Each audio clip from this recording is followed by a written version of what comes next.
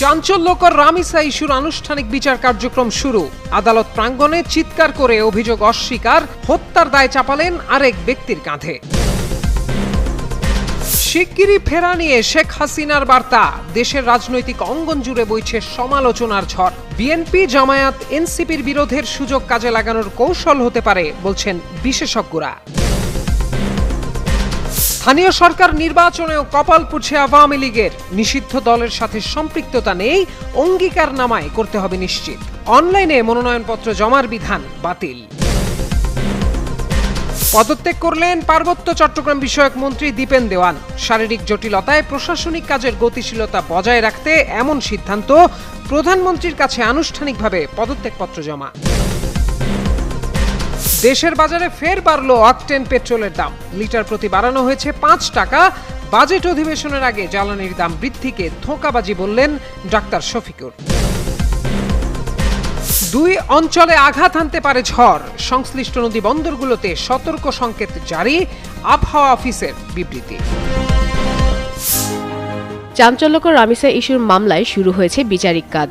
এরই মধ্যে আদালতে তোলা হয়েছে প্রধান আসামি সোহেল রানা ও তার স্ত্রী স্বপ্না আক্তারকে। আদালত প্রাঙ্গণে সাংবাদিকদের দেখে চিৎকার করতে শুরু করে প্রধান আসামি। তার দাবি ধর্ষণ করলেও হত্যার সাথে সে জড়িত না। এই সময় হত্যার জন্য ডলার নামে অপর একজনকে দোষারোপ করে বিস্ফোরক মন্তব্য করেন তিনি। সোমবার আলোচিত এই মামলার চার্জ গঠন করা হয়। এদিন সকাল 8:45 মামলার প্রধান আসামি সোহেল রানা ও তার স্ত্রী স্বপ্না আক্তারকে কারাগার থেকে আদালতে আনা হয়। এদিকে আদালতে হাজিরের সময় সাংবাদিকদের সামনে এক বিস্ফোরক দাবি করেন প্রধান আসামি সোহেল রানা। চিৎকার করে তিনি বলেন, আমি ধর্ষণ করেছি, কিন্তু মারছে ডলার। একই সঙ্গে তিনি দাবি করেন তার স্ত্রী স্বপ্না আক্তারের কোনো দোষ নেই এবং ডলার নামের এক ব্যক্তি তাকে 2 লাখ টাকা দিয়েছিলেন। ডলার নামের ওই ব্যক্তির প্ররোচনা ও অর্থের বিনিময়ে এই ঘটনা ঘটেছে বলে অভিযোগ করেন তিনি। তবে তার এই বক্তব্যের সত্যতা নিয়ে এখনো কোনো আনুষ্ঠানিক তথ্য পাওয়া যায়নি। তবে ডলার নামে যাকে উল্লেখ করেছেন তার বিষয়ে বিস্তারিত কোনো তথ্য দিতে পারেনি। শুধু বলেন তিনি মিরপুর 11 এলাকার একজন ধনী ব্যক্তি। মামলার তদন্ত কর্মকর্তা ইতিমধ্যে আদালতে অভিযোগপত্র জমা দিয়েছেন। অভিযোগপত্রে সোহেল রানার বিরুদ্ধে ধর্ষণের পর হত্যা এবং তার স্ত্রী স্বপ্না আক্তারের বিরুদ্ধে অপরাধে সহায়তার অভিযোগ আনা হয়েছে। মামলায় 18 জনকে সাক্ষী করা হয়েছে। এর আগে গত 19 মে নিখোঁজ হওয়ার কয়েক ঘণ্টা পর পল্লবীর একটি ফ্ল্যাট থেকে 2য় শ্রেণীর ছাত্রী রামিসার মাথাবিহীন মরদেহ উদ্ধার করা হয়। শিগগিরই দেশে ফিরছেন সাবেক প্রধানমন্ত্রী শেখ হাসিনা। সম্প্রতি ভারতীয় গণমাধ্যমে তার প্রকাশিত এক সাক্ষাৎকারে এমনই ঘোষণা দেন তিনি, যদিও এখনও কার্যক্রম নিষিদ্ধ রয়েছে তার দল আওয়ামী লীগের। এছাড়া মানবতা বিরোধী মামলায় মৃত্যুদণ্ডপ্রাপ্ত আসামিও শেখ হাসিনা।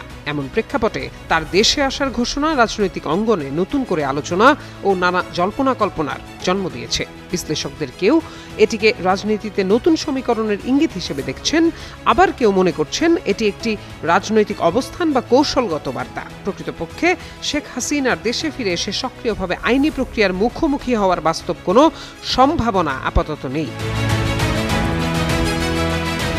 অন্যদিকে বিএনপি, জামায়াতে ইসলামী ও জাতীয় নাগরিক পার্টি এনসিপি সহ বিভিন্ন রাজনৈতিক দলের নেতারা বলছেন, শুধু বিচারিক প্রক্রিয়ার মুখোমুখি হওয়ার জন্যই বাংলাদেশে শেখ হাসিনাকে ফিরে আসতে হবে। কারণ যে পরিস্থিতিতে তাকে দেশ ছাড়তে হয়েছিল সেটি ছিল ব্যাপক জন অসন্তোষ ও গণপ্রতিরোধের প্রেক্ষাপট। ফলে এখন তার দেশে ফিরে রাজনীতি করার বাস্তবতা নেই। যদিও আওয়ামী লীগ নেতাদের দাবি, শেখ হাসিনার দেশে ফেরার প্রশ্নে মামলা বা বিচারিক প্রক্রিয়া কোনো বাধা নয়, কারণ অতীতেও তিনি নানা প্রতিকূলতা অতিক্রম করেই দেশে ফিরেছেন। এবারও রাজনৈতিকভাবে থামিয়ে রাখা সম্ভব হবে না।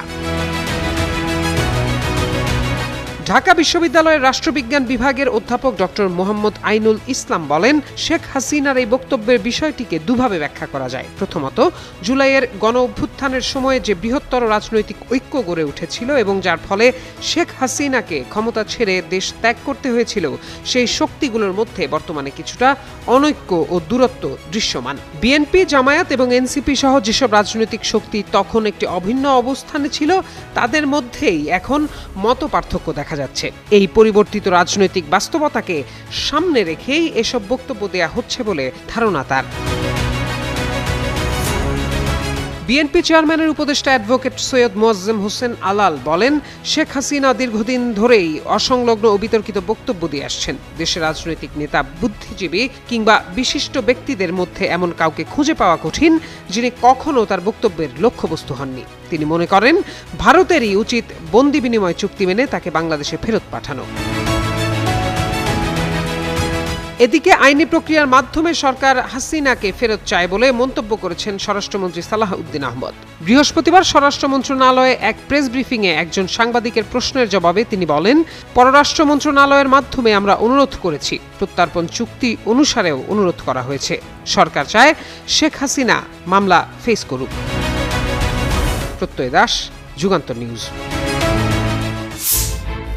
জাতীয় সংসদ নির্বাচনের পর স্থানীয় সরকার নির্বাচনেও নিষিদ্ধ রাজনৈতিক দলের নেতাকর্মীদের প্রার্থী হওয়ার পথ বন্ধ হতে যাচ্ছে। এবার স্থানীয় সরকার নির্বাচনে অনলাইনে মনোনয়নপত্র জমার বিধান বাতিল করা হচ্ছে। পাশাপাশি আচরণ বিধিমালায় যুক্ত করা হচ্ছে অঙ্গীকার নামক নতুন বিধি। এতে নিষিদ্ধ বা নিষেধাজ্ঞার আওতাধীন কোনো রাজনৈতিক দল বা সংগঠনের সঙ্গে সম্পৃক্ততা না থাকার অঙ্গীকার দেওয়ার কথা উল্লেখ করা হচ্ছে। ফলে আওয়ামী লীগ সহ নিষিদ্ধ দলগুলোর পদধারী নেতাকর্মীদের নির্বাচনে অংশ নেওয়ার পথ রুদ্ধ হতে যাচ্ছে।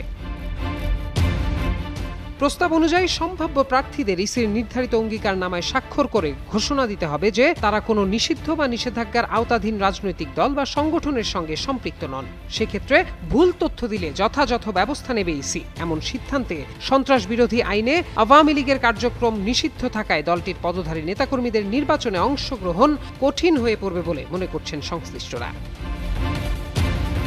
ইসি সচিবালয় ইউনিয়ন পরিষদ নির্বাচন আচরণ বিধিমালার খসড়া তৈরি করে প্রধান নির্বাচন কমিশনার ও 4 কমিশনারের কাছে পাঠিয়েছে। এ বিষয়ে নির্বাচন কমিশনার মোহাম্মদ আনোয়ারুল ইসলাম সরকার যুগান্তরকে জানান, অঙ্গীকারনামা জমা দেওয়ার বিধান রাখার বিষয়ে কমিশন ইতিবাচক। আওয়ামী লীগকে লক্ষ্য করে এ বিধি যুক্ত হচ্ছে কিনা এমন প্রশ্নের জবাবে তিনি বলেন, কোনো দল বা সংগঠনকে সামনে রেখে এটি করা হচ্ছে না, বরং দেশে বিদ্যমান অন্যান্য আইন বিবেচনায় করা হচ্ছে বিষয়টি।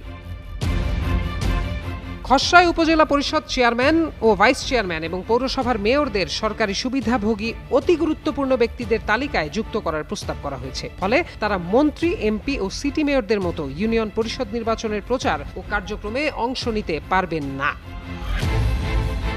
এদিকে স্থানীয় সরকার নির্বাচন নির্দলীয় প্রতীকে আয়োজনের আইন পাশ হওয়ায় আচরণ বিধিমালা থেকে রাজনৈতিক দল সংক্রান্ত বেশ কিছু ধারা বাদ দেওয়ার প্রস্তাব করা হয়েছে। এতে রাজনৈতিক দলগুলোর ওপর ইসির নিয়ন্ত্রণ কমে যেতে পারে বলে আশঙ্কা প্রকাশ করেছেন নির্বাচন বিশেষজ্ঞরা। তাদের মতে নির্দলীয় নির্বাচন হলেও দলীয় প্রভাব থেকেই যায়। খসড়ায় আরও রয়েছে কাগজের পোস্টার ও প্রচার সামগ্রী নিষিদ্ধ করা, ব্যানার ফেস্টুনে রাজনৈতিক নেতাদের ছবি ব্যবহার বন্ধ করা এবং সামাজিক যোগাযোগ মাধ্যম ও কৃত্রিম বুদ্ধিমত্তা বা এআই ব্যবহার করে প্রচারণার ক্ষেত্র তৈরি করা। এক্ষেত্রে বিলবোর্ডের মাধ্যমে প্রচার চালাতে পারবেন প্রার্থীরা। সেক্ষেত্রে একটি ওয়ার্ডে একটি মাত্র বিলবোর্ড স্থাপন করা যাবে। এছাড়া স্থানীয় সরকার নির্বাচনে অনলাইনে মনোনয়নপত্র জমার বিধান বাতিলেরও প্রস্তাব করা হয়েছে। বর্তমানে এসব প্রস্তাব কমিশনের আলোচনার পর্যায়ে রয়েছে, এখনো আসেনি চূড়ান্ত সিদ্ধান্ত। প্রত্যয় দাস, যুগান্তর নিউজ। পাহাড়িদের মধ্যে অনেক দীর্ঘস্থির হয়ে গেছে, সবাইকে আপনি সহযোগিতা। পদত্যাগ করেছেন পার্বত্য চট্টগ্রাম বিষয়ক মন্ত্রী দীপেন দেওয়ান। সংশ্লিষ্ট সূত্রে জানা গেছে, সোমবার তিনি প্রধানমন্ত্রীর কাছে আনুষ্ঠানিকভাবে পদত্যাগপত্র জমা দিয়েছেন।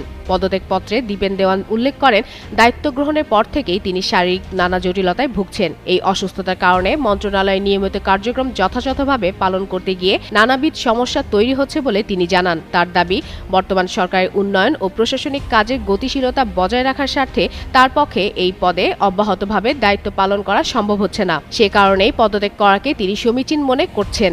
পদত্যাগপত্রে স্বাক্ষর করে দীপেন দেওয়ান প্রধানমন্ত্রীর কাছে তার পদত্যাগপত্র গ্রহণের জন্য বিনীত অনুরোধ জানিয়েছেন। তবে এই বিষয়ে এখন পর্যন্ত দীপেন দেওয়ান আনুষ্ঠানিকভাবে কিছু জানাননি। উল্লেখ্য, দীপেন দেওয়ান রাঙ্গামাটি পার্বত্য জেলার নির্বাচিত সংসদ সদস্য এবং পার্বত্য চট্টগ্রাম বিষয়ক মন্ত্রণালয়ের দায়িত্বপ্রাপ্ত মন্ত্রী হিসেবে দায়িত্ব পালন করে আসছিলেন। দেশে জ্বালানি তেলের বাজারে আবারও মূল্য সমন্বয় করেছে সরকার। নতুন ঘোষণায় পেট্রোল, অকটেন ও কেরোসিনের দাম লিটার প্রতি 5 টাকা বাড়ানো হয়েছে। তবে ডিজেলের দাম অপরিবর্তিত রাখা হয়েছে। রোববার জ্বালানি বিভাগের এক সংবাদ বিজ্ঞপ্তিতে এই তথ্য জানানো হয়। নতুন মূল্য 1 জুন থেকে কার্যকর হয়েছে। নতুন নির্ধারিত দর অনুযায়ী ভোক্তা পর্যায়ে প্রতি লিটার ডিজেল 115 টাকায় বিক্রি হচ্ছে। অকটেনের নতুন দাম নির্ধারণ করা হয়েছে ১৪৫ টাকা, পেট্রোল ১৪০ টাকা এবং কেরোসিন ১৩৫ টাকা লিটার। ফলে এসব জ্বালানি ব্যবহারকারী গ্রাহকদের আগের তুলনায় বেশি খরচ করতে হবে। জ্বালানি বিভাগ জানিয়েছে, আন্তর্জাতিক বাজারে জ্বালানি তেলের দামের ওঠানামার সঙ্গে সামঞ্জস্য রাখতে দেশীয় বাজারে এই মূল্য সমন্বয় করা হয়েছে। সংশ্লিষ্টরা বলছেন, বিশ্ববাজারের পরিস্থিতি বিবেচনায় নিয়ে প্রতি মাসে জ্বালানি তেলের দাম পর্যালোচনা করা হচ্ছে। এর আগে গত ৩০ এপ্রিলও জ্বালানি তেলের দাম সমন্বয় করা হয়েছিল। নতুন মূল্য কার্যকর হওয়ার ফলে পরিবহন খাত সহ বিভিন্ন খাতে এর প্রভাব পড়তে পারে বলে ধারণা করা হচ্ছে। এক সপ্তাহের ব্যবধানে বাজেট অধিবেশন শুরু হতে যাচ্ছে। বাজেট অধিবেশন শুরুর আগে তড়িঘড়ি করে যদি জ্বালানি তেলের মূল্য বৃদ্ধি করা হয় তাহলে এটি হবে এক ধরনের ধোঁকাবাজি।